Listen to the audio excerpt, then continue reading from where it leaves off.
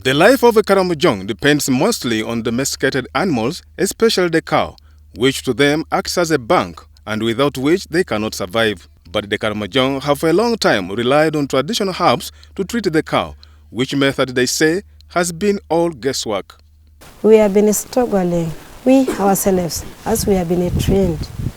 We didn't know have any capacity or money for beginning, but we are doing with our tradition, local herbs for treating animals.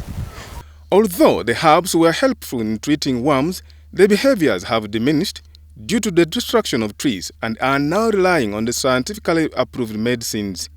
Trained in 2011, the community animal health workers in the Kapriprits district acquired the skills with startup kits to provide veterinary services in the villages and are already treating and saving the life of mainly the cow that provides the Karimojong a livelihood.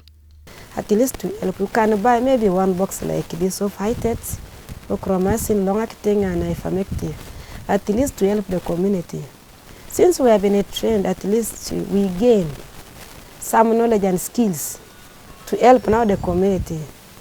By those years back, we are having no money, at least to buy enough drug, at least to help now the community.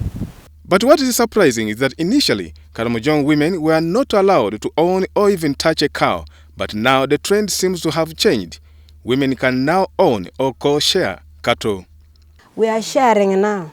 Without a man, likewise Peter here, when he's now here selling now here, he has just introduced the woman that when he falls sick, you can ring me the phone. According to the disease, maybe I will run, maybe I can tell you, get this and this drug. You treat. Meanwhile, I'm on the way coming and see and to take a diagnosis with the animal. They are now allowing.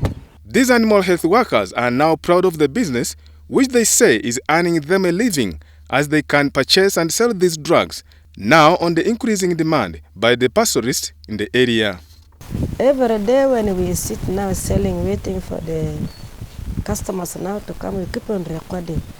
But when we total, because we have allocated ourselves now at least three in a week. This is now the second week for the second group. Instead of one person to be there, all of us, we need to get experience. These drugs sell differently depending on the infections or disease affecting the animals. For lumpy skin, a bottle is sold at 12,000 shillings, vermectin for worms at 28,000, oxytetracycline or heart water at 12,000 shillings, whereas thyroid for cough is sold at 25,000 shillings. This has become an income-generating activity for the animal health workers, who now earn a daily living, and in a week, the drug fetch up to 700,000 shillings and are planning to expand the business before they begin sharing the profits. They want their leaders to ensure that the vaccination of the cow is done twice a year and should lobby government to recognize and support them successfully carry out the duty in the villages. The major challenge for them now is the coverage of the large areas with huge crowds that they cannot access easily due to lack of transport like bicycles and coolers for medicine to avoid exposure to the sun. Stephen Mwiri, WBS News.